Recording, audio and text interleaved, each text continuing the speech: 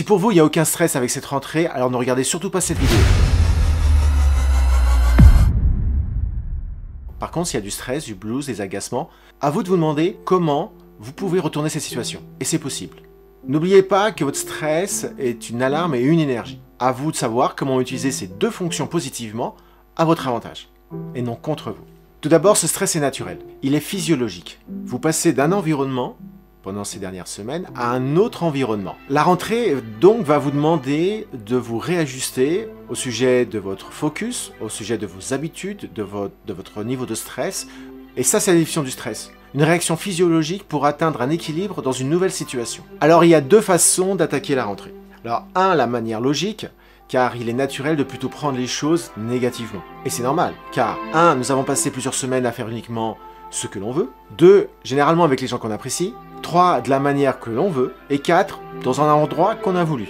Il serait même curieux, voire sadique, de ne pas être négatif au sujet de cette rentrée. Au sujet de l'école, une étude Ipsos montrait que 43% des collégiens stressaient pour la rentrée. Et 45% des parents angoissent que leurs enfants angoissent. Et pour ceux qui ont un job, c'est la même chose. Mais il y a aussi une manière proactive de voir les choses. Vous avez fait cette pause, ce qui a permis, même passivement, de faire un point sur votre vie, votre vision des choses et votre stratégie pour le futur. Donc à votre tour, que devez-vous faire? Deux options. Option 1, comme un hamster, vous allez retourner dans votre cage et faire tourner cette roue, jusqu'à l'épuisement. Option 2, mettre un plan en place pour qu'en plus de vos obligations, vous arrivez à améliorer votre joie de vivre et construire, voire progresser, car vous n'avez qu'une vie. Et cette chance, c'est maintenant. Oui, c'est la chance que vous avez, car c'est maintenant que vous pouvez le faire, pas dans 4 semaines. Dans 4 semaines, vous serez reparti dans cette mécanique de la routine, comme le hamster. En effet, c'est maintenant qu'il est plus facile de faire ses choix, car ce break et ce repos vous a donné les ressources nécessaires pour cogiter sur le sujet et dire « Allez, j'y vais », ou en tout cas, je veux me bouger. Et donc voici un plan en 7 actions pour cette rentrée. 1. Où je veux être dans 5 ans. Prenez le temps de réfléchir à ce que vous aimeriez accomplir dans 5 ans. Cette stratégie peut être liée à vos aspirations professionnelles ou un simple passe-temps, ou une compétence, quelle qu'elle soit, ça vous regarde. Ainsi, le temps qui passe doit me donner l'idée d'un investissement pour un futur meilleur, et non pas subir un environnement, une situation, comme par exemple faire plaisir qu'aux autres. 2. Votre plan. Quel est le plan pour y arriver? D'où je pars? Où je veux arriver et quels sont les outils et qui contacter.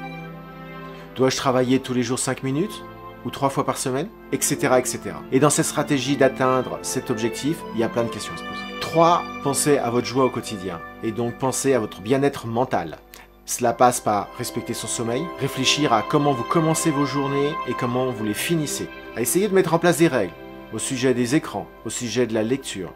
Et surtout, ne pas se fixer des règles trop exigeantes pour qu'elles soient respectées sur le long terme. Cela passe aussi par des exercices de respiration et de relaxation. Et comme votre esprit est lié à votre corps, 4e point, votre bien-être physique. Quelle que soit votre activité, il faut qu'elle vous convienne, à votre façon. Que ce soit de la marche, du tai chi, un sport à un rythme intense. Faites ce que vous voulez, comme vous le voulez, en cassant ces stéréotypes qu'on voit sur les écrans. À réfléchir, 1 fois par semaine, 2 fois, tous les jours 5 minutes, 3 fois par semaine. Bien-être physique va aussi avec nutrition. Réflexion sur qu'est-ce que vous mangez et qu'est-ce que vous buvez. 5e point, cultivez les relations avec vos proches et votre famille.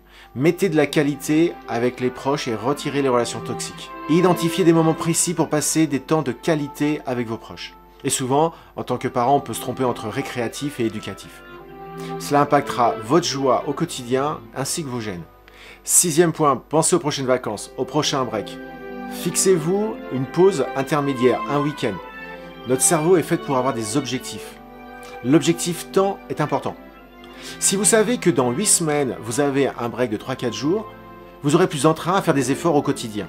La 7e action, c'est de mettre du sens. Vous en doutiez si vous me connaissez, mettre du sens dans votre rentrée. Et ainsi, il n'y aura pas de stress, de blues. Vous allez vous orienter sur ce qui vous passionne, sur les matières, que vous soyez étudiant, charpentier ou boulanger. Qu'importe, comment puis-je faire la meilleure baguette? C'est dans notre nature de ne pas faire des efforts sous le poids de la soumission, de l'obligation. Mais nous les faisons car il y a de la passion et des ambitions. En suivant ce plan en 7 actions, vous serez mieux préparé à gérer le stress de la rentrée et à créer une transition harmonieuse vers cette nouvelle phase de votre vie. Des commentaires, des questions, n'hésitez pas. Nous avons qu'une vie. Ciao.